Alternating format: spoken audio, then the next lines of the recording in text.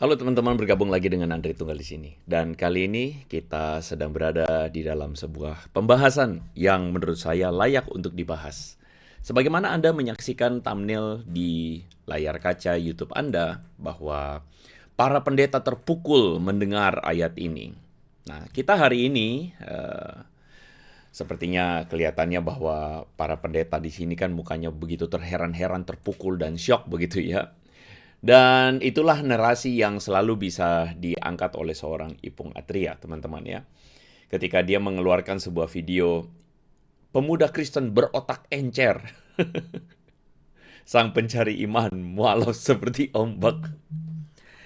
Kita harus akui ya, maksudnya orang seperti Ipung ini jago sekali bikin judul-judul yang bombastis, tetapi maaf ya, seperti pepesan kosong dada isinya ya. Karena apa? Karena inilah yang kemudian dipropagandakan oleh mereka dan berharap bahwa kemudian membuat Kristen itu kehilangan kredibilitas atau membuat kekristenan itu kehilangan eh, kehilangan daya tariknya begitu ya. Nah, sebagaimana ayat yang Anda saksikan atau video yang Anda saksikan, Ipung itu mengeksploitasi Yohanes pasal 5 ayat 30 ketika Yesus mengatakan, "Aku tidak bisa apa-apa atau berbuat apa-apa." Nah, ayat ini atau sepotong ayat ini yang kemudian diambil oleh mereka dan kemudian dieksploitasi sebagaimana video ini. Mari kita dengarkan. Sampai-sampai katanya ayat ini tidak pernah dibacakan di gereja katanya. Mari kita dengarkan ya, teman-teman. Yang jauh lebih mengenal Yesus itu adalah orang Muslim daripada orang Kristen. Ini ada ayat yang sangat memukul sekali, sangat memukul para pendeta dan tidak pernah dibacakan di gereja. Apa itu ayatnya di Yohanes 5 ayat 30? Aku tidak dapat berbuat apa-apa dari diriku sendiri, sebab aku tidak menuruti kehendakku sendiri, melainkan kehendak Dia yang mengutus aku. Ini ayat ini tidak pernah dibacakan di gereja, Pak. Yesus sendiri bilang, aku tidak bisa berbuat apa-apa atas diriku sendiri. Dan semuanya itu kan, itu semuanya adalah Bapak ya, sesuai dengan kehendak Bapak yang telah mengutus aku. Jadi yang mengenal Yesus ini sesungguhnya orang Islam, jauh lebih mengenal daripada orang Kristen itu sendiri. Anda barusan menyaksikan argumentasi atau mungkin lebih tepatnya klaim-klaim pepesan kosong dari Ipung Atria dan kroni-kroninya di dalam Hagia Sophia. Dan tentu saja kita tahu sama-sama bahwa mereka ini suka sekali mencari-cari atau menjadikan kekristenan sebagai alat propaganda mereka. Dan tentu saja hari ini kita akan bahas. Apakah Yohanes 5 ayat 30 ketika Yesus mengatakan aku tidak dapat berbuat apa-apa, dan apakah ini kemudian ayat menunjukkan bahwa Yesus cuma nabi biasa seperti klaim Islam, dan karena itu Ipung Atria mengatakan kita Muslim lebih kenal Yesus daripada orang Kristen. Apakah ayat ini benar seperti perkataan Ipung, para pendeta terpukul mendengar ayat ini dan takut, dan karena itu gereja tidak pernah membahas ayat ini? Kita akan iris tipis-tipis teman-teman sesudah yang berikut ini teman-teman.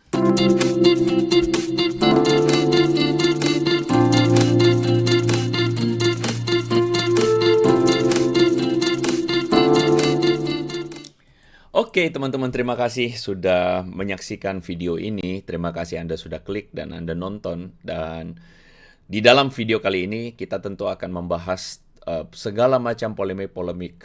Maaf, polemik busuk, ya, basi dan berjamur kadaluarsa yang senantiasa diulang-ulang terus, teman-teman, oleh orang-orang yang berusaha untuk mendelegitimasi kekristenan, membenarkan agamanya dengan cara mencari kesalahan dalam kekristenan. Dan Anda sendiri yang komentar lah, menurut Anda cara seperti ini, cara yang baik atau tidak. Tetapi entah kenapa mereka melakukannya terus, dan tentu saja kita akan lawan terus. Kenapa begitu? Mungkin sebagian dari Anda mengatakan, bosan loh Ko Andre, ngomongin itu-itu aja mereka. Ya memang sih, saya juga mengatakan saya bosan juga. Tetapi Anda mesti ingat bahwa kebohongan yang diulang berulang-ulang atau kebohongan yang diulang terus-menerus akan menjadi kebenaran. Setidaknya itulah kata propagandis dari Nazi ya. Dan dengan mengutip itu saya ingin mengatakan bahwa kita harus terus melawan kebohongan-kebohongan mereka. Kita harus terus melawan segala tipu daya mereka. Kita harus terus melawan segala narasi-narasi mereka yang palsu dan bohong sesat ini. Dan terima kasih kepada Anda yang telah memberikan waktu untuk terus mendukung pelayanan di channel ini, untuk kemudian untuk terus mengikuti konten-kontennya, subscribe, dan kemudian komentar dan men-share video-video seperti ini, karena sekali lagi Tuhan tidak butuh dibela, tetapi umat perlu penjelasan. Dan kali ini kita melihat seorang pemuda Kristen, sebagaimana yang dimunculkan oleh Ipung Atria, pemuda Kristen super cerdas katanya, yang saya pun sampai kaget dengan kecerdasannya. Karena apa? Karena imannya katanya digoyang ya. Saya nggak tahu orang Kristen yang nonton ini imannya tergoncang nggak? Atau sebenarnya jiwa mereka aja yang tergoncang ya, tergoyang ya. Berotak encer, mualaf seperti ombak. Pemuda ini namanya adalah, kalau saya tidak salah namanya Stanley, ya kalau saya tidak salah. Dan dia mengaku sebagai seorang Kristen yang berpikir. Nah, cuman sayangnya adalah pikirannya itu tidak terarah. Makanya karena kemudian diarahkan oleh orang-orang seperti Ipung ini. Dan Ipung kemudian mengatakan ayat ini tidak pernah dibacakan di gereja. Kita dengarkan ayat yang tidak pernah dibacakan di gereja ini. Yang jauh lebih mengenal Yesus itu adalah orang Muslim daripada orang Kristen. Ini ada ayat yang sangat memukul sekali, sangat memukul para pendeta dan tidak pernah dibacakan di gereja. Apa itu? Ayatnya di Yohanes 5 ayat 30. Aku tidak dapat berbuat apa-apa dari diriku sendiri. Aku menghakimi sesuai dengan apa yang aku dengar. Dan penghakimanku adil, sebab aku tidak menuruti kehendakku sendiri, melainkan kehendak Dia yang mengutus aku. Ayat ini tidak pernah dibacakan di gereja, Pak. Yesus sendiri bilang, aku tidak bisa berbuat apa-apa atas diriku sendiri. Saya tuh jadi bingung ya. Ipung Atria, ya. Demikian orang ini ya yang menjadi menjadi mungkin ketua pelaksana ya, yang memegang peranan di Hagia Sophia. Sejak kapan Anda itu pergi ke gereja dan Anda mengikuti ibadah gereja sampai-sampai Anda mengklaim ayat ini tidak pernah dibacakan di gereja? Sejak kapan Anda itu pergi ke gereja, dan kalaupun Anda pergi, contoh semisal Anda pergi 1-2 kali, pertanyaan saya adalah apakah Anda terlalu berani nggak sih untuk ngomong bahwa ayat ini tidak pernah dibacakan di gereja? Nah, inilah kenapa saya katakan bahwa orang-orang seperti ini mereka memakai gimmick-gimmick atau klaim-klaim kadaluarsa basi dan berjamur. Karena mereka asal ngomong, padahal mereka tidak pernah ikut gereja secara katakanlah kalau ikut gereja 1 kali, 2 kali, apakah itu cukup untuk mengatakan ayat ini tidak pernah dibacakan di gereja? Dan yang bikin saya miris adalah pemuda ini dengan cengengesan mengatakan, iya benar ayat ini gak pernah dibacakan di gereja. Saya cuman bingung ya, pemuda Kristen yang super cerdas ini gereja di mana? Itu pertanyaan saya. Kok bisa Anda manggut-manggut ikut kata Ipung Atria? Dan kok bisa bro ini menjawab, nggak bisa jawabin ayat Yohanes pasal 5 ayat 30 yang diklaim oleh Ipung Atria ini. Dan katanya Muslim lebih kenal Yesus dibandingkan orang Kristen. Ya, bagi saya kasihan aja ya. Menurut Ipung, orang-orang seperti ini super cerdas. Nah, buat teman-teman, saya ingin kasih tahu kepada Anda apa patokan super cerdas yang diklaim oleh Ipung Atria atau orang-orang seperti Ipung Atria ini. Anda jangan lewatkan satu edisi atau video yang saya nanti akan taruh di kolom komentar ya. Linknya, pemuda Kristen yang disebut Ipung 24 karat kayak emas. Pemuda Kristen 24 karat yang masuk Islam. Anda saksikan sendiri kepintarannya, kecerdasannya yang begitu luar biasa ya. Silakan saksikan. Kenapa saya sarankan Anda menonton sesudah tonton tayangan ini? Anda akan makin bertambah wawasannya dan Anda tidak akan tertipu oleh orang-orang seperti Ipung Atria ini yang selalu mengklaim-klaim seenak udel mereka.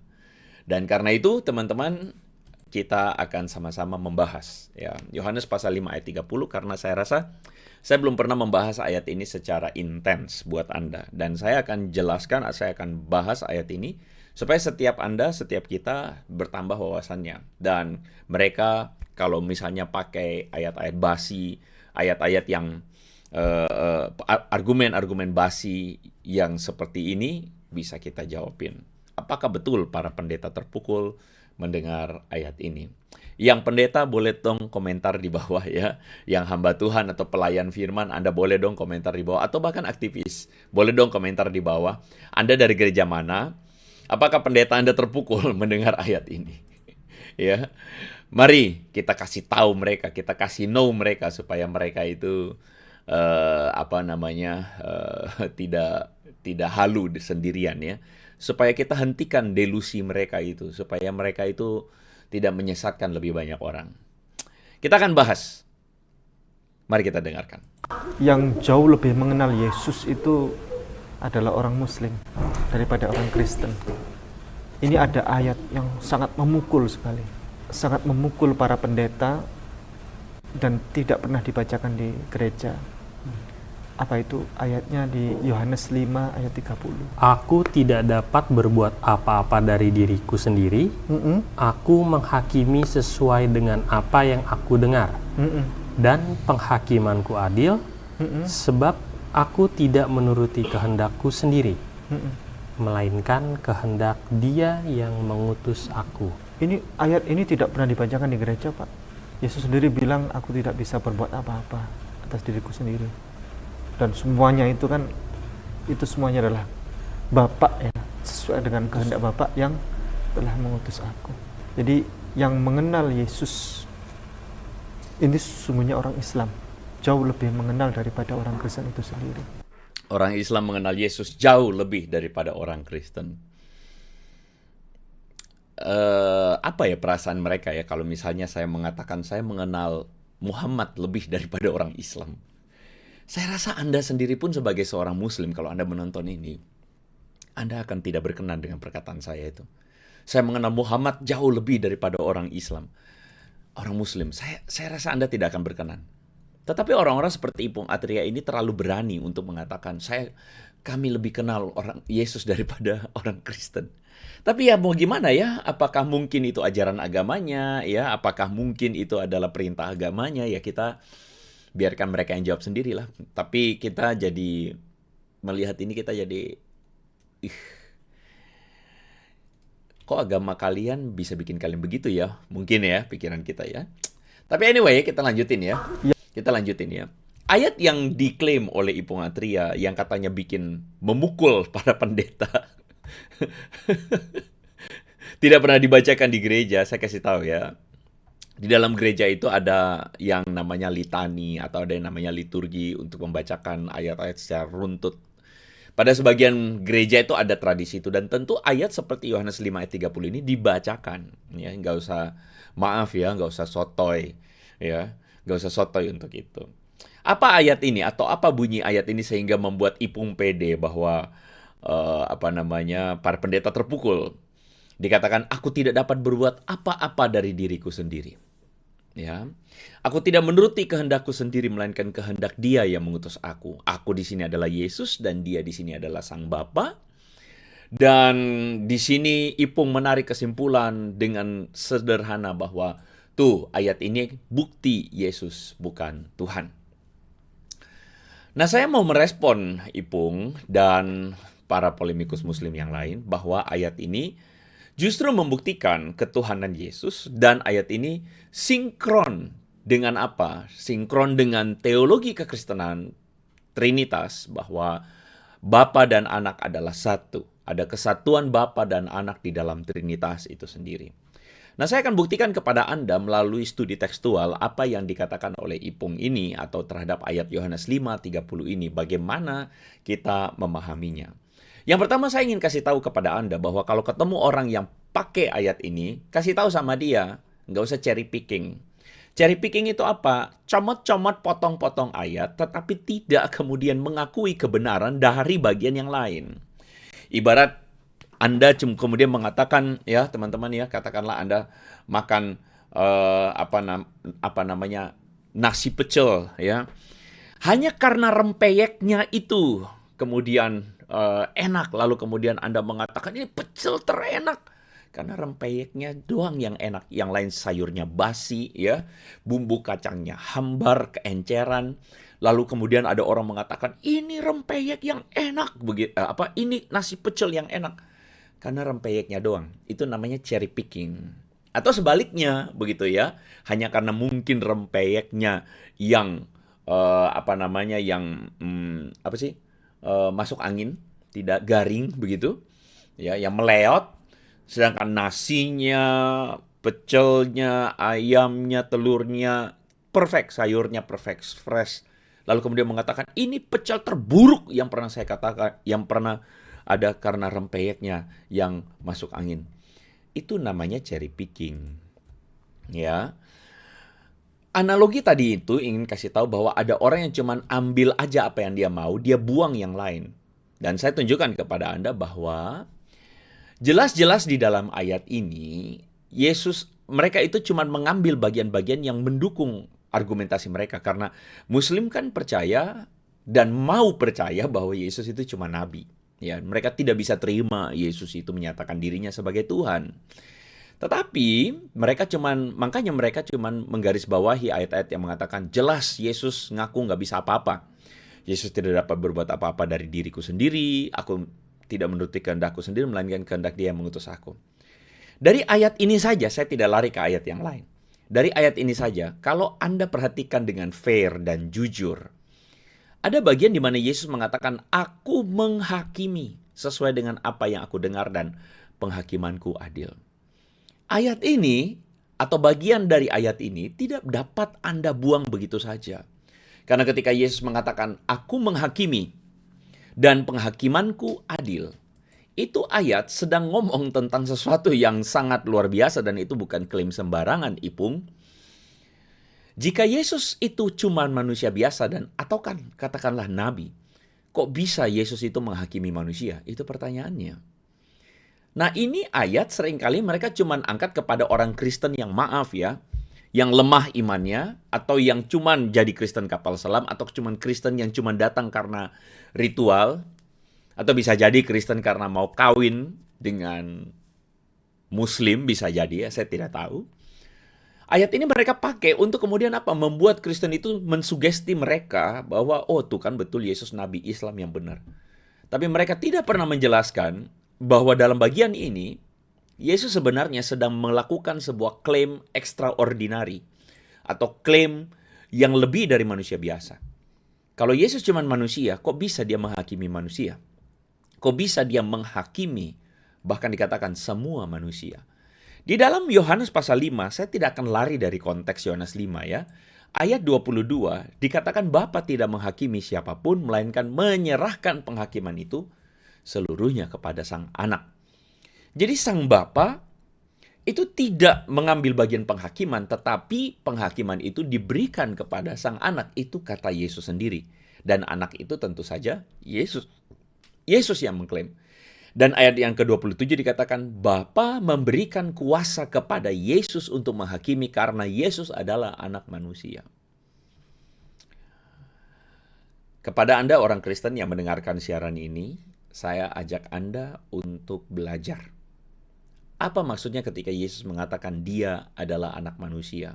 Bagi Muslim yang pakai kacamata akidah Islam akan mengatakan tuh Yesus cuma manusia biasa. Itu sama teman-teman seperti seorang yang berbahasa Arab katakanlah, kemudian memaksa orang yang berbahasa Inggris untuk mengerti grammar dalam bahasa Arab. Itu sama kayak begitu. Memaksa orang yang berbahasa Inggris atau berbahasa Mandarin atau berbahasa Jepang, dia paksa pakai grammarnya Arab. Dia paksa pakai cara pahamnya bahasa Arab. Nah, inilah orang-orang seperti ini.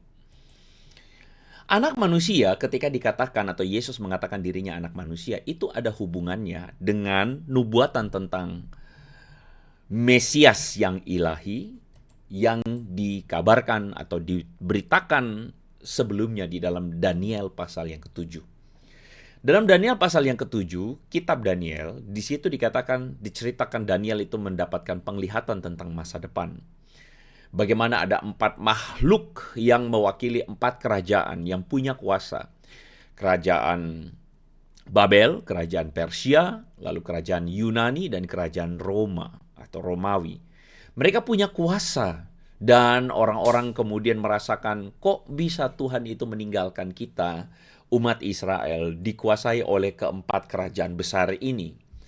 Tetapi sesudah 4 binatang ini muncul, atau simbol dari 4 kerajaan ini muncul, dikatakan kekuasaan mereka telah ditakar, bahwa Tuhan menakar kekuasaan kerajaan-kerajaan ini. Tuhan tidak lepas kendali. Dan keempat kerajaan ini, atau 4 raja ini, kemudian akan selesai, akan lewat waktunya, dan kerajaan yang kekal itu muncul. Di dalam Daniel pasal 7 ayat 13 dan 14 ada sesosok figur anak manusia. Seperti anak manusia datang kepada yang lanjut usia. Yang lanjut usia ini siapa? Tuhan semesta alam. Ya. Lalu diberikan kepadanya kekuasaan dan kemuliaan kekuasaan sebagai raja. Raja ini atau tongkat kerajaan ini diberikan kepada sang anak manusia. Dan itulah sebabnya Anda tahu kenapa Yesus menyebut diri anak manusia. Dia adalah anak manusia yang menerima kekuasaan itu. Dan kalau Anda baca ayat yang selanjutnya, kekuasaan Yesus ini kekal. Pertanyaan saya adalah, kalau Yesus cuma nabi, kok bisa kekuasaannya kekal? Kalau Yesus itu cuma seorang manusia biasa, kok bisa segala suku bangsa sujud menyembah loh? Dan ini secara Islami bertentangan dengan akidah Islam, karena Anda tidak boleh sujud menyembah kepada manusia. Ini perbuatan syirik. Tetapi jelas Yesus mengatakan dialah penggenapan nubuatan Daniel pasal 7, di mana semua suku bangsa, semua manusia akan menyembah kepada Yesus. Anda mungkin akan sulit untuk memahami kok bisa ada manusia yang, kan ini Tuhannya satu nih. Nah makanya jangan pakai kacamata Islam. Pakailah kacamata cara orang pada waktu itu memahaminya. Orang Kristen, di dalam teologi Kristen ada namanya teologi atau cara memahami pribadi Allah itu di dalam figur Trinitas, di mana Sang Bapa memberikan kuasanya dalam konteks ini kepada Sang Anak, ya. Nah, itulah saya bilang, inilah cara ngeles ngepot ala bajai kaum polemikus muslim. Ya.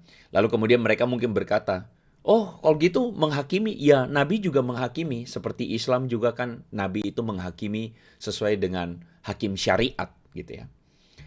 Saya mau kasih tahu bahwa kalau mereka mencoba ngeles seperti ini, ingatkan kepada mereka bahwa Bapa itu dikatakan di ayat 22 dan 27 memberi kuasa untuk menghakimi semua manusia.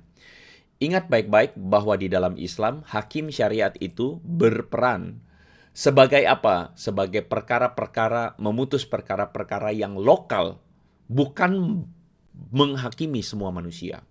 Berdasarkan bukti, terbatas pada kasus dan tidak menyentuh urusan akhirat atau urusan kekekalan. Tetapi Yesus dikatakan, atau Yesus menyebut dirinya sendiri di ayat 28 dan 29, bahwa semua orang yang di dalam kubur akan mendengar suara Yesus dan akan dihakimi. Dihakimi oleh apa? Oleh siapa? Oleh Tuhan Yesus sendiri. Jadi Yesus tidak sedang bicara soal hakim syariat seperti pandangan Islam. Tetapi Yesus sedang berbicara tentang dirinya sebagai sang hakim dunia atau sang hakim seluruh umat manusia. Dan Yesus itu di ayat 21 dikatakan memberikan hidup kekal bagi yang dikehendaki oleh dirinya sendiri. Saya mau kasih tahu atau saya mau tanya kepada Anda, bagaimana Anda menjelaskan ini? Tidaklah mungkin bahwa Yesus ini cuma manusia biasa. Bagaimana penjelasan terbaik kalau Anda pakai nalar Anda yang sehat? Jangan pakai nalar yang lantur dan delusi ya, halusinasi. Bagaimana Anda menjelaskan Yesus itu menghakimi semua manusia? Itu klaim Yesus sendiri. Dan suara Yesus itu dia mengklaim didengar oleh semua orang mati, semua manusia, dan dikatakan dialah yang menentukan siapa yang diselamatkan. Coba jawab saya. Penjelasan terbaik untuk menjelaskan klaim-klaim Yesus ini adalah, apakah Yesus sama dengan Bapa atau Yesus cuma nabi? Coba tolong tulis komentar Anda. Penjelasan terbaik bagi Anda yang memakai akal Anda dengan benar. Penjelasan terbaik apakah Yesus itu cuma nabi doang? Atau Yesus sama dengan Bapa? Kalau Anda yang bersikeras bahwa Yesus cuma nabi doang, tolong kasih saya argumennya. Kasih saya argumennya bagaimana menjelaskan bahwa nabi biasa menghakimi semua manusia. Nabi biasa suaranya didengar semua orang yang udah mati. Ya, bukan yang hidup pada saat itu loh, tapi semua yang bahkan sudah mati juga mendengar suara Yesus, pengajaran Yesus, kebenaran Yesus. Dan bagaimana caranya nabi biasa menentukan siapa yang diselamatkan? Kalau Anda menggunakan otak Anda dengan sehat, maka penjelasan terbaik adalah Yesus itu sama dengan Bapa. Ya. Lalu kemudian ngeles bajai berikutnya yang dilakukan oleh para polemikus muslim misalnya adalah orang Yahudi kenapa tidak menerima Yesus sebagai Tuhan? Justru itulah karena memang orang Yahudi pada saat itu mereka itu benar-benar cuman yakin bahwa cuman Tuhan hakim seluruh bumi. Itu menurut Tanakh, Anda bisa lihat itu ayat-ayatnya. Bahkan dalam literatur bait suci kedua, misalnya dalam surat 1 Henokh atau 4 Esra, ya ini bukan ada di dalam kanonnya, tetapi ini adalah literatur yang kita pertimbangkan. Dalam literatur tersebut, bahkan dalam tulisan-tulisan di dalam Qumran atau gua-gua Qumran itu, mereka semua sepakat bahwa hakim eskatologis adalah Tuhan sendiri. Artinya dalam pikiran orang Yahudi, hanya Tuhan yang menghakimi dunia. Lalu Anda berkata begini, orang Yahudi kan harusnya kalau Yesus ngomong begitu pasti menerima Yesus sebagai Tuhan. Lah justru itu Bambang. Karena mereka cuma bisa memahami bahwa hanya Tuhan yang menghakimi dunia, maka mereka tidak bisa menerima ada manusia yang mereka lihat dengan mata kepala tuh. Ada pribadi berwujud manusia mengatakan, aku menghakimi semua manusia. Mereka nggak bisa terima. Karena cuma Tuhan bagi mereka yang bisa menghakimi dunia. Dan kalau ada manusia di depan wujud mereka tuh, di depan mata mereka wujud manusia namanya Yesus mengatakan aku menghakimi semua manusia, itu artinya manusia ini menyamakan dirinya dengan Tuhan. Dan Anda tahu apa respon orang Yahudi? Pasal 5 ayat 18, masih di pasal 5 loh ya, saya tidak lari kemana-mana. Makanya Ipung, Anda jangan potong-potong ayat sembarangan. Itu ayat dalam satu pasal yang sama saya bahas nih. Orang Yahudi berusaha membunuh Yesus. Kenapa? Karena ia mengatakan bahwa Allah adalah Bapanya sendiri. Dan dengan demikian menyamakan dirinya dengan Allah. Yesus itu menyamakan diri dengan Allah. Bukan ngaku bahwa dia cuma nabi doang, Ipung. Kalau Anda mau extend di dalam tulisan Yohanes, masih dalam penulis yang sama, pasal 10 ayat 33, orang Yahudi mengatakan, bukan karena pekerjaan baik, maka kami mau melempari engkau, melainkan karena engkau menghujat Allah, dan karena engkau sekalipun cuma seorang manusia, menyamakan dirimu dengan Allah. Jadi kalau misalnya ada Muslim yang berargumen, kalau Yesus Tuhan, kenapa orang Yahudi menolak Yesus? Ya karena mereka mengeraskan hati. Sama seperti, ya, misalnya waktu Muhammad dakwah di Mekah, dia dakwah kepada Bani Quraisy yang saat itu penyembah pagan, dia berdakwah tentang la ilaha illallah. Emang semua pada menerima? Banyak yang menolak kan? Nah kalau Anda bertanya, mendelegitimasi Yesus hanya karena kok orang Yahudi nggak terima Yesus, saya kasih tahu, saya akan tanya balik, kok orang Quraisy jahiliyah nggak menerima Muhammad? Ya karena mereka mengeraskan hati. Itu penjelasannya kan? Kan begitu. Mereka tidak dapat memahami.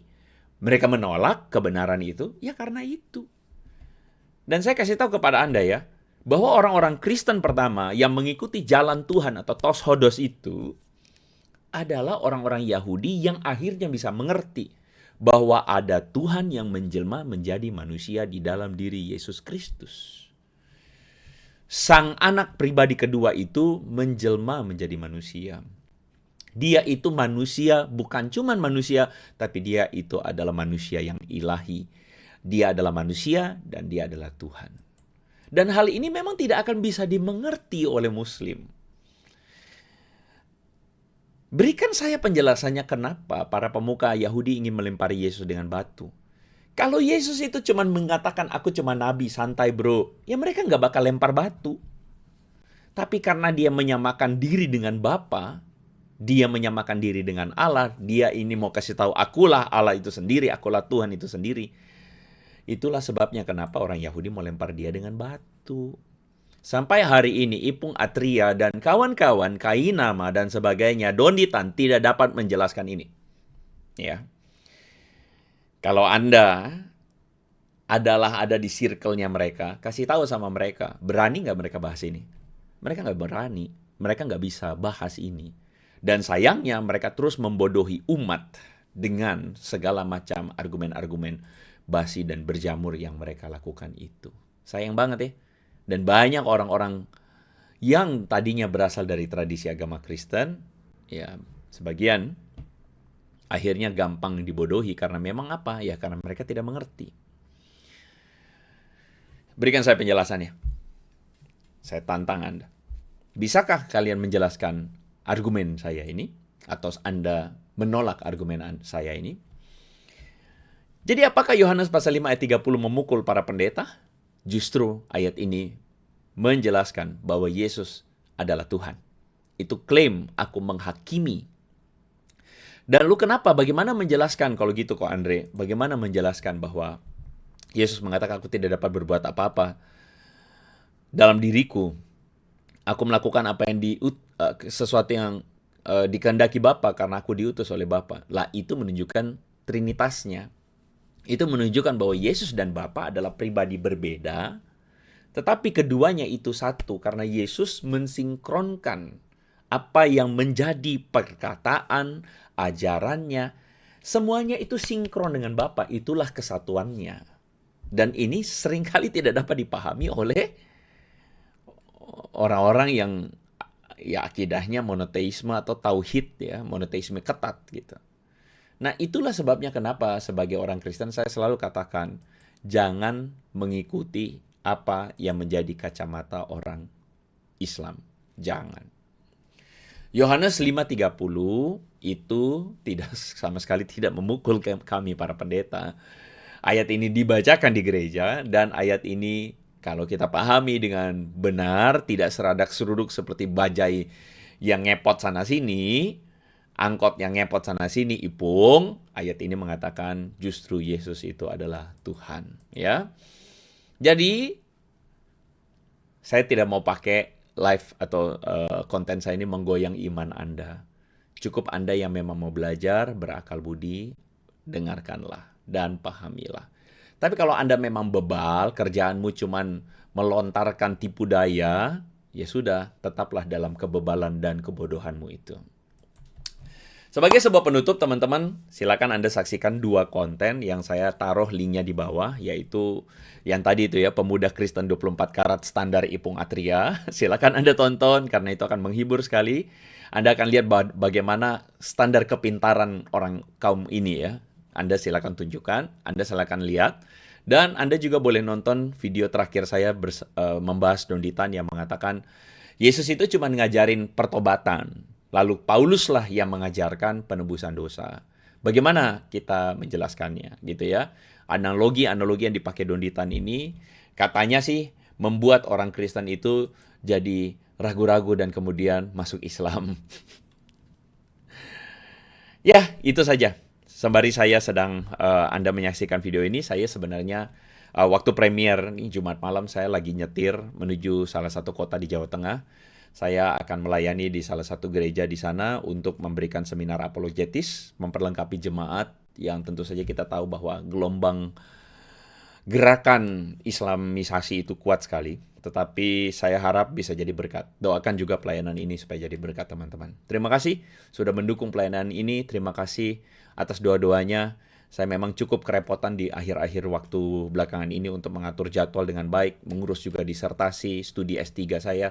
Juga mengurus berbagai macam hal. Itu semua karena kasih karunia Tuhan. Jika bisa dilewatin semuanya kasih karunia Tuhan. Terima kasih doa-doanya. Terima kasih supportnya. Dalam kelemahanku lah kuasa Tuhan menjadi sempurna. Kita ketemu lagi di konten berikutnya.